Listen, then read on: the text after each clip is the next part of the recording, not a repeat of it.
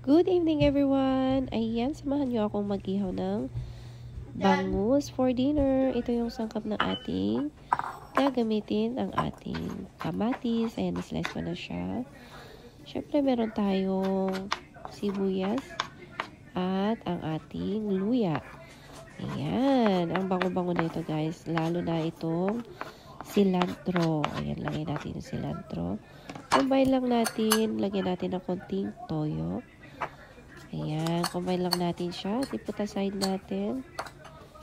Tapos, pat-dry natin yung ating bangus. Ayan, para mawala yung mga tubig niya. And lisin lang natin yung tubig niya. Ayan. Ayan, so pag wala na yung tubig niya, ayan, pag na-dry na siya, lagyan natin siya ng asin.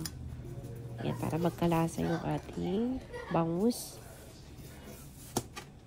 Tapos, lagay natin yung ating tinimplang kamatis, yung ating sibuyas. Ayan, lagay natin dyan. Siksik natin dyan. Kahit hanggang yung kaya niyang mailagay. So, kaya niya mong ilagay lahat yan.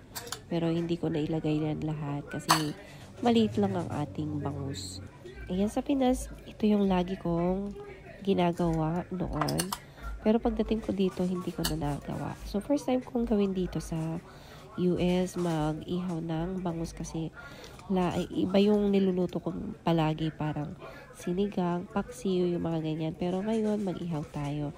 Tuwang-tuwa ako kasi wala yung asawa ko. O, diba? Ayan, so, ilagay na natin sa grill. Ayan, kung makikita nyo, umuulan o umaambon, pero okay lang yan. May takip naman ang ating griller. So, lagay lang natin dyan hanggang mabuto siya. Ayan. Tapos, for the meantime, ayan. Ito naman ang aking sausawan. Ayan. Meron din ako, hindi mawawala ang aking cilantro. Ayan. Meron din tayong sili. Ayan. Ang sarap ng sili. At ang ating sibuyas, tsaka lime. So, ayan. Combine lang natin yan. Toyo. Ang ating suka. Ayan ang ating suka. Tapos yung ating ini-slice na mga sangkap. Ayan. So, yung ating lime. Nilagay ko lahat yung lime. Ayan. Ang sarap-sarap nito. Sobra. Ayan. Try nyo guys. I-combine lang natin lahat. Ayan ang ating sausawan. Ready na. Mekos-mekos mo na yan. Insan.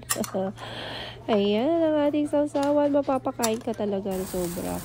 So, ito na yung ating bangus. Dahil nakapag-chismisan ako sa aking kaibigan na yan. Nakalimutan ko na yung aking inihaw na bangus. Pero okay pa yan. Hindi pa yan mag-dry. Ayan ang ating bangus. Yan, kunin natin ang ating bangus. Tingnan nyo naman, medyo nasunog na pero okay pa yan. Hindi pa naman yan. Kasi may skin naman siya. Okay lang yan.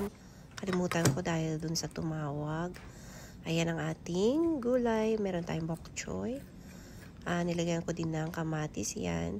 Ito yung ating sausawan. Sobrang sarap nito talaga. As in. Ayan. Siyempre, hindi mawawala ang kanin. Ayan, so kain na tayo guys. Ang ating bangus.